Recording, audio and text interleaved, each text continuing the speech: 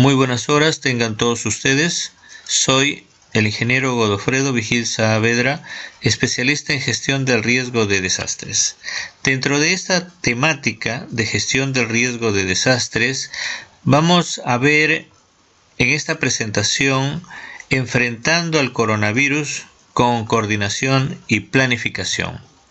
El tema que se presentará está referido al COVID-19. Ese pequeño pero gran enemigo invisible. Vamos a tratar antecedentes del COVID-19, las fases en que se divide y la proyección en el Perú. Los antecedentes en el mundo. Conocemos que desde diciembre de 2019, más específicamente el 29 de diciembre, se identificó la enfermedad en China. El 31 de diciembre, China comunica a la Organización Mundial de la Salud que se está diseminando en su población.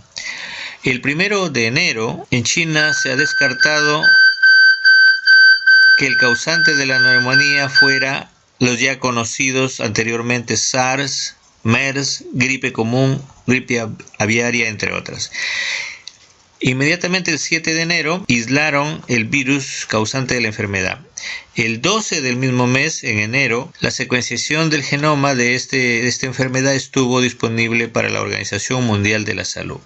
Observamos que desde diciembre que se identificó la enfermedad atípica, enero 1, enero 7 y enero 12 inmediatamente se mantuvo la comunicación permanente entre las autoridades chinas y la Organización Mundial de la Salud. A partir de allí, el 30 de enero, la Organización Mundial de la Salud, en vista del crecimiento acelerado de los casos que se presentaban en China, declara la emergencia sanitaria de preocupación internacional, es decir, dándole un énfasis al seguimiento y monitoreo del desarrollo de esa enfermedad que ya tenía casos en 15 países. Posteriormente, el 11 de marzo, la enfermedad ya se encuentra en 100 territorios y en ese momento, 11 de marzo, fue reconocida como una pandemia por la Organización Mundial de la Salud. ¿A qué se debe el nombre de la enfermedad COVID-19?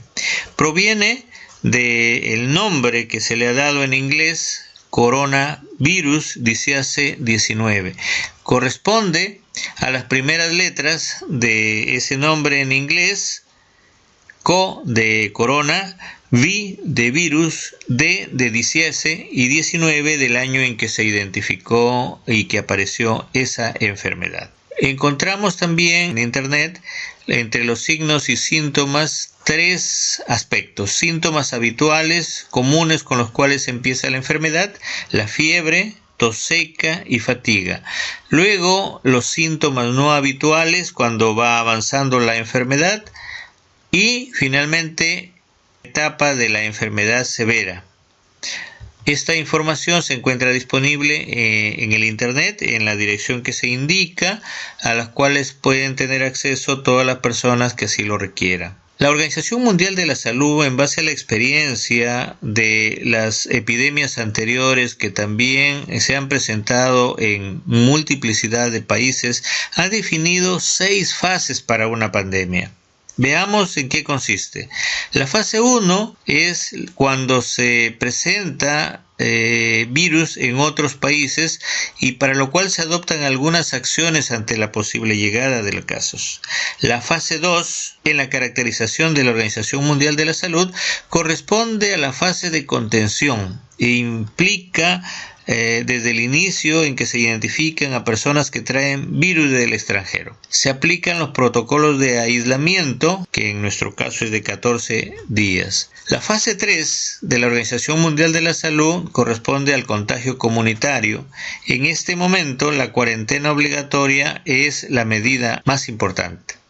La fase 4 es cuando el virus se dispersa en la comunidad y para evitar que la curva se acelere o crezca, se restringe la movilidad en los países. La fase 5 y la fase 6 se dan cuando no han resultado las medidas anteriores y tienen que aplicarse medidas extremas como la inmovilidad total, la cuarentena total. La información que se recoge aquí también está definida en el link de la Organización Mundial de la Salud que podemos visitar y revisar y que se indica en la presentación. ¿Cómo evoluciona el COVID en el Perú? A partir del 30 de enero, en que la Organización Mundial de la Salud lanza la preocupación internacional de esta enfermedad, inmediatamente el gobierno peruano activa las alertas y emite la resolución ministerial que define el Plan Nacional de Preparación y Respuesta ante el riesgo de que se introduzca en el país esta enfermedad. Asimismo, se aprueban los protocolos de atención a personas con sospecha.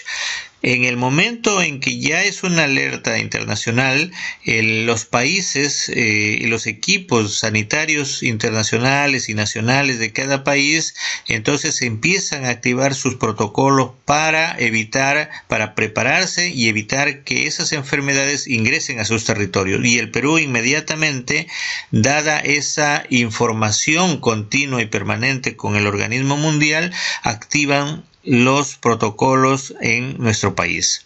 En el Perú se han definido 4 etapas, 4 fases de la crisis del coronavirus. La primera, que es la fase de preparación, son las medidas orientadas a que la gente infectada o que viajó a la zona de riesgo esté apartada del resto de la población sana. En nuestro país, la primera fase se dio el viernes 6, cuando el presidente de la República informó el primer caso importado. Inmediatamente se dan las resoluciones ministeriales de atención y manejo clínico y se aprueba el documento Guía para la Prevención del Coronavirus en el ámbito laboral. Es decir, se van activando diversos mecanismos con la finalidad de que en los diferentes sectores de la economía y del movimiento social y productivo del país se vayan tomando las medidas sanitarias del caso. El 11 de marzo, la enfermedad ya se hallaba en 100 territorios y en esa fecha la OMS reconoce a la enfermedad como una pandemia. Y observen ustedes que inmediatamente ese mismo día el gobierno peruano emite el decreto de urgencia 025 que dicta medidas urgentes y excepcionales para reforzar el sistema de vigilancia y respuesta. Y asimismo emite el decreto supremo 008, conocido como el que declara la emergencia sanitaria a nivel nacional por un plazo de 90 días.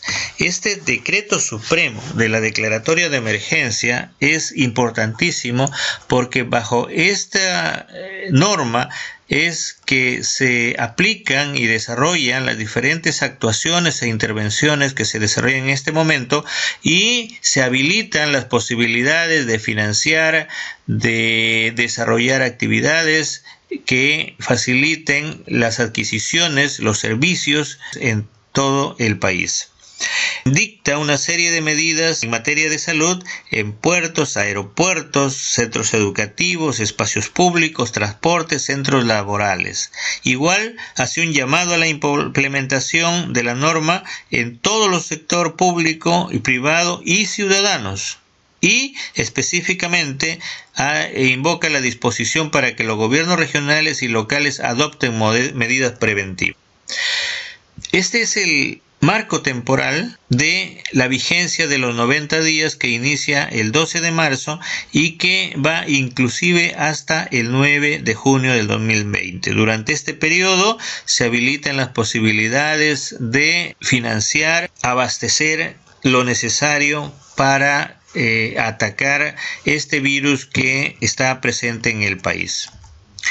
La fase 2, que está referida a la contención, consiste en que se identifica a aquellas personas que traen la infección importada del extranjero para lograr una contención adecuada. En este momento es cuando se aplica el distanciamiento social a través del cierre de escuelas, a la limitación de viajes y la implementación de los trabajos a distancia. Esta segunda fase dio inicio cuando el presidente de la República confirmó que 7 personas en el país tenían la infección. Emitimos también un vídeo que definimos como la pirámide de prevención. En este vídeo, cuya enlace se encuentra en la descripción abajo de este vídeo, definimos el modo coronavirus de vivir como la actividad permanente que debemos incorporar en nuestros diarios quehacer de hoy en adelante para poder enfrentar esta enfermedad. Asimismo, la cuarentena voluntaria que está dirigida a proteger a nuestros adultos mayores y a los que tienen enfermedades crónicas. Estos dos primeros niveles de la pirámide de prevención, son esenciales para lograr la contención. En un tercer nivel encontramos la cuarentena obligatoria en caso que los dos primeros niveles no surtan efecto, llegando al extremo de la cuarentena total obligatoria.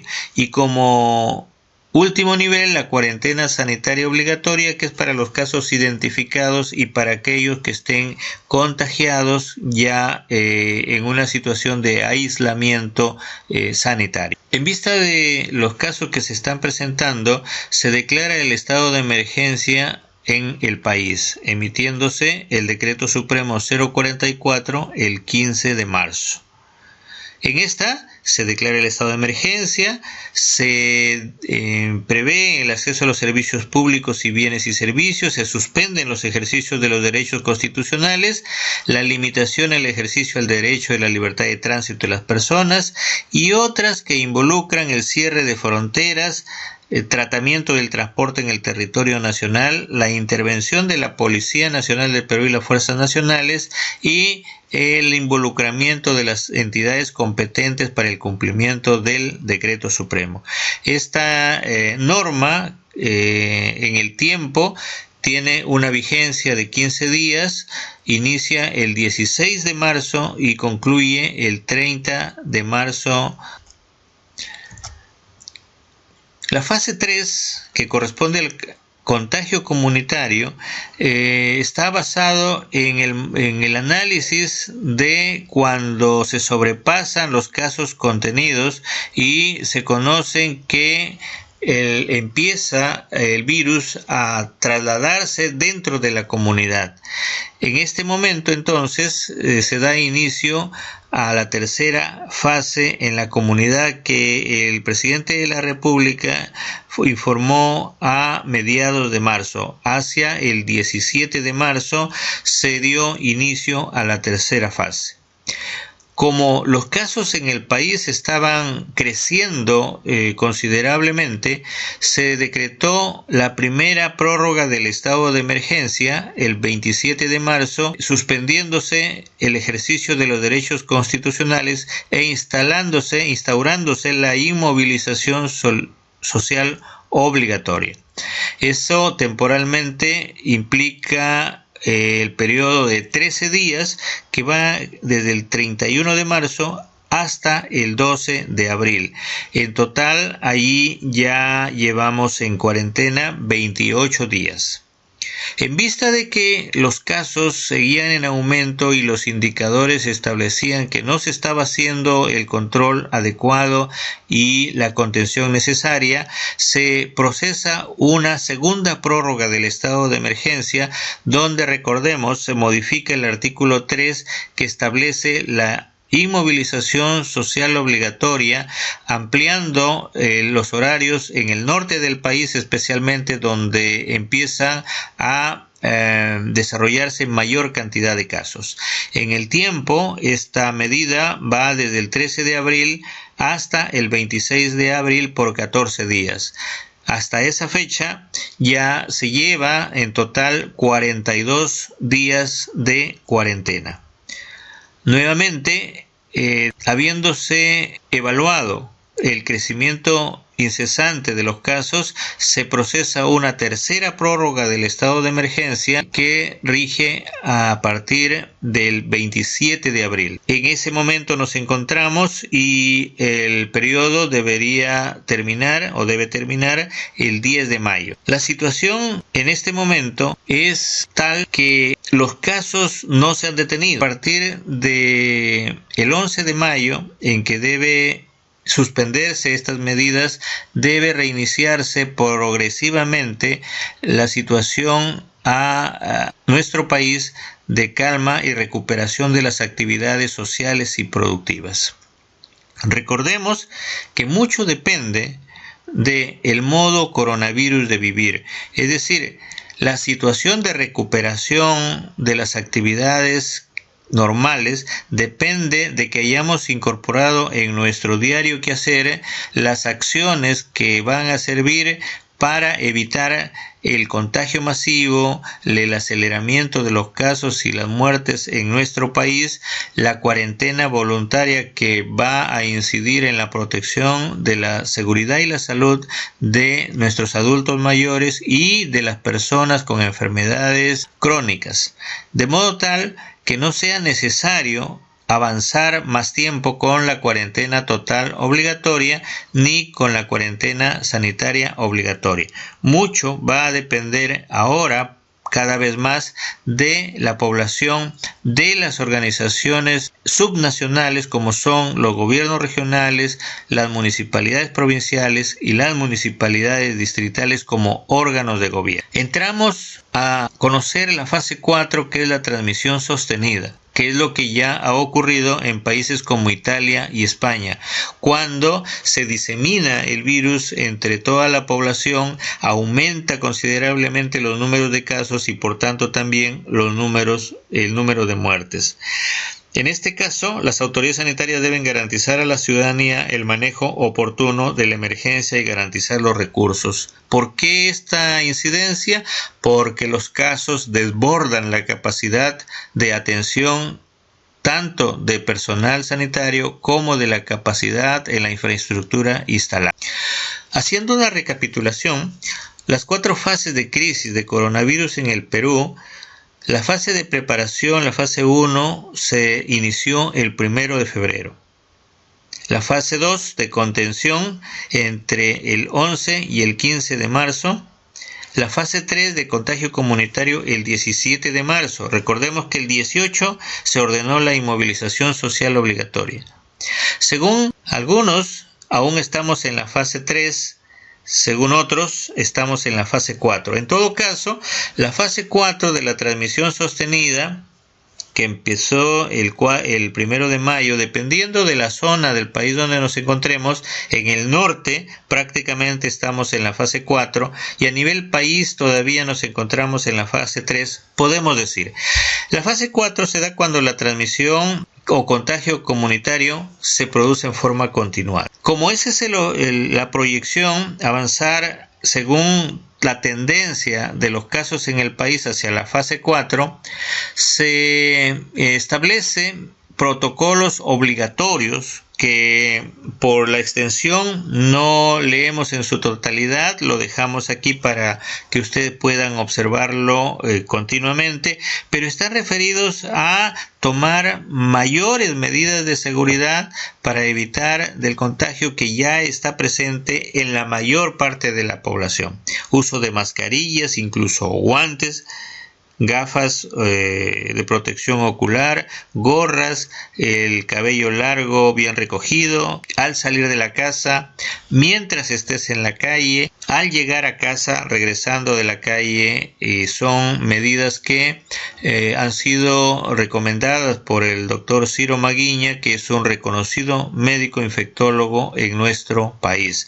Estas medidas vienen siendo recogidas ya por algunas empresas que las están incorporando en sus normas internas y definiendo como actuación para los trabajadores que regresan, que están siendo considerados regresar a las actividades laborales y productivas en nuestro país. ¿Cuál es la proyección sobre el levantamiento de las medidas de movilización de las personas? Estamos viendo en el país que un aumento, un incremento, no se observa una disminución de los casos de contagio y de muertes, y eso está generando una evaluación de mantener la cuarentena en 5 regiones del país como Loreto, Lambayeque, Ancash, La Libertad y Piura, donde no baja el nivel de contagio. En otras regiones o departamentos del país estamos viendo que hay un declive, una disminución de los contagios y de las muertes, lo cual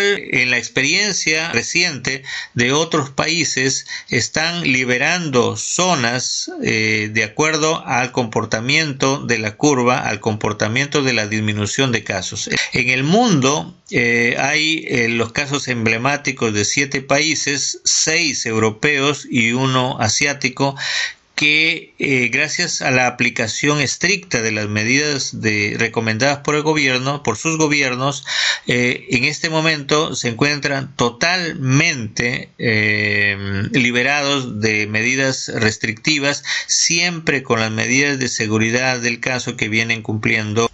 Vemos la información, en este caso, al domingo 3 de mayo a las 00 horas, donde encontramos una letalidad del 2.8%. Hace 7 días la letalidad era del 2.72. Significa esto que hay un incremento en el promedio nacional. Si nos vamos a los detalles de los promedios departamentales o regionales, tenemos, por ejemplo, que en Lambayeque se muestra un indicador de 10.08, cuando hace una semana, hace 7 días, el indicador era 12.82. Está bajando el indicador de letalidad, pero sin embargo ese sigue siendo 5 veces mayor que el promedio nacional. Como hay regiones que están por debajo de este promedio y bajando su cantidad de infectados y de muertes en el tiempo. Esta es una muestra que se analiza día a día para poder tomar las decisiones a nivel gubernamental. Este es la presentación al día 49, al 3 de mayo, domingo 3 de mayo, de la distribución espacial del COVID-19 en el departamento de Lambayeque.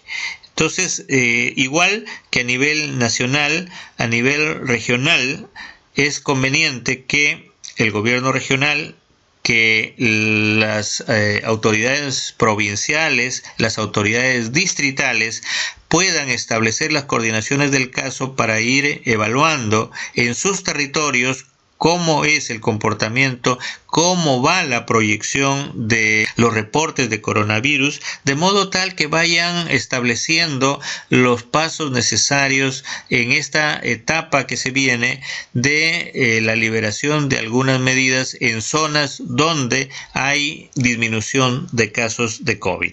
Veamos el esquema de intervención ante la pandemia COVID-19.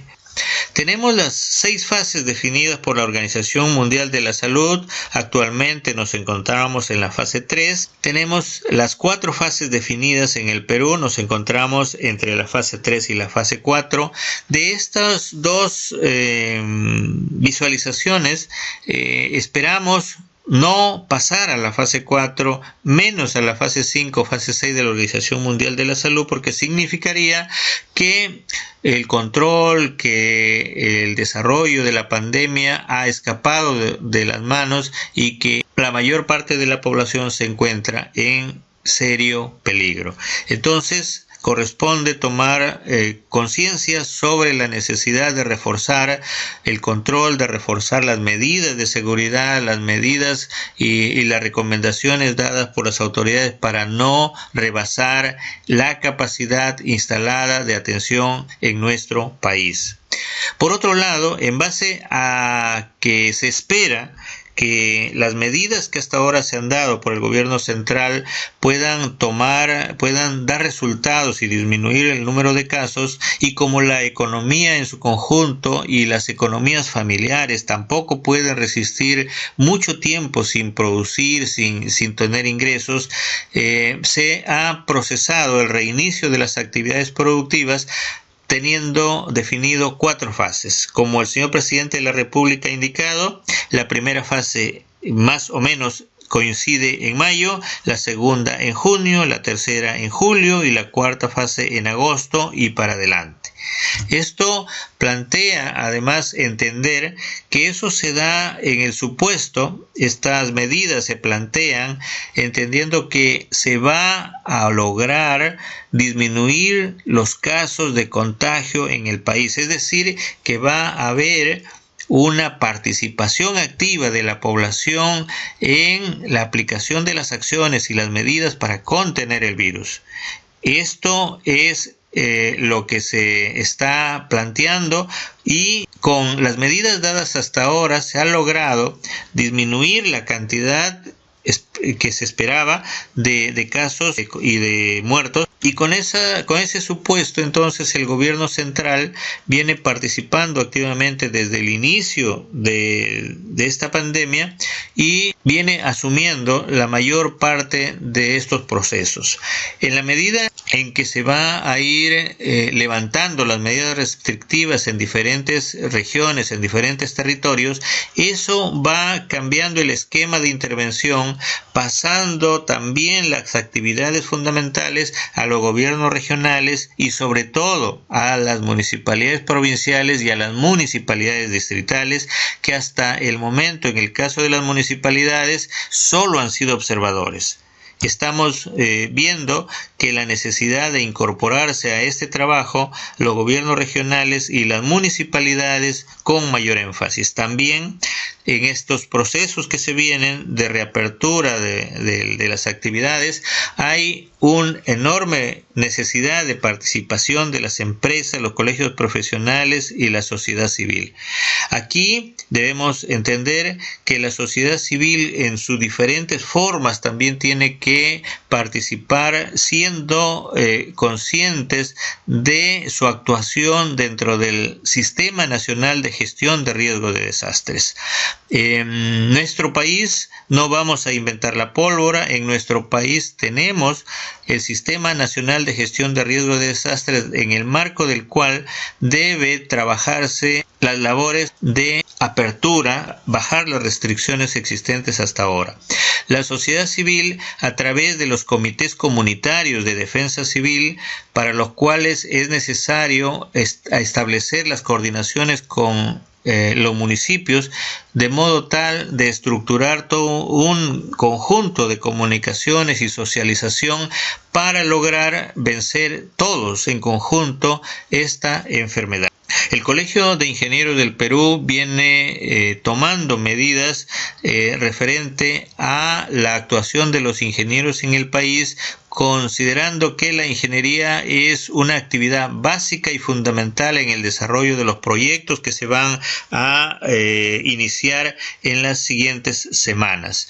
Asimismo, de las municipalidades estamos viendo cómo están empezando a participar. Hay muchas críticas referente a que están actuando tarde, requiere mayor participación. Sin embargo, a todos nos ha cogido de sorpresa esta enfermedad, de modo tal que no sabíamos cómo actuar, porque hasta ahora inclusive no hay un tratamiento, no hay una vacuna. Se está avanzando en función de la experiencia, paso a paso, día a día, y en el caso de las instituciones entendemos que las municipalidades también, pero está surgiendo ya a nivel de las municipalidades, la defensa civil está tomando su puesto y los alcaldes están viendo en qué medida pueden participar en este proceso de la contención, de la cual a nivel de los territorios distritales y territorios provinciales deben establecerse las coordinaciones respectivas. Aquí debo señalar